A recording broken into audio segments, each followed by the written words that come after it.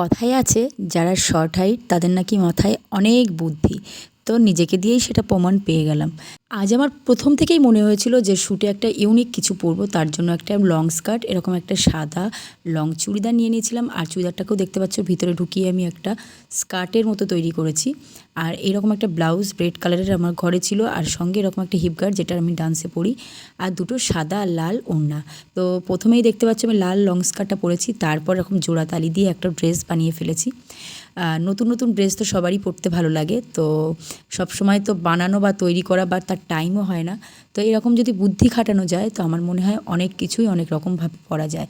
তো ড্রেসটা কেমন লাগছে অবশ্যই জানিও। আর আমার বাড়িতে এখন সৌমি এসে হাজির হয়ে গেছে। ও প্রথমে বুঝতে পারিনি যে আমি কি পরেছি, প্রথমে এসে বললো ড্রেসটা সুন্দর লাগছে, আমি বললাম তুলে দেখ। তো এখন সেটা দেখছে, আর ওর রিয়াকশানটা জাস্ট দেখে নাও। তো এরকম মাথায় বুদ্ধি আমার প্রায় সময়ই এসে থাকে, আর নানা রকম ড্রেস পরে মানে তৈরি করে আমি পরি, এর সঙ্গে এটা ওর সঙ্গে সেটা মিলিয়ে। তো সবসময় তো ভিডিও করা হয় না, তো আজকের ভিডিওটা করেছি বলে তোমাদের সঙ্গে শেয়ার করলাম। কেমন লাগলো ড্রেসটা অবশ্যই কিন্তু কমেন্ট করে জানাতে ভুলো না।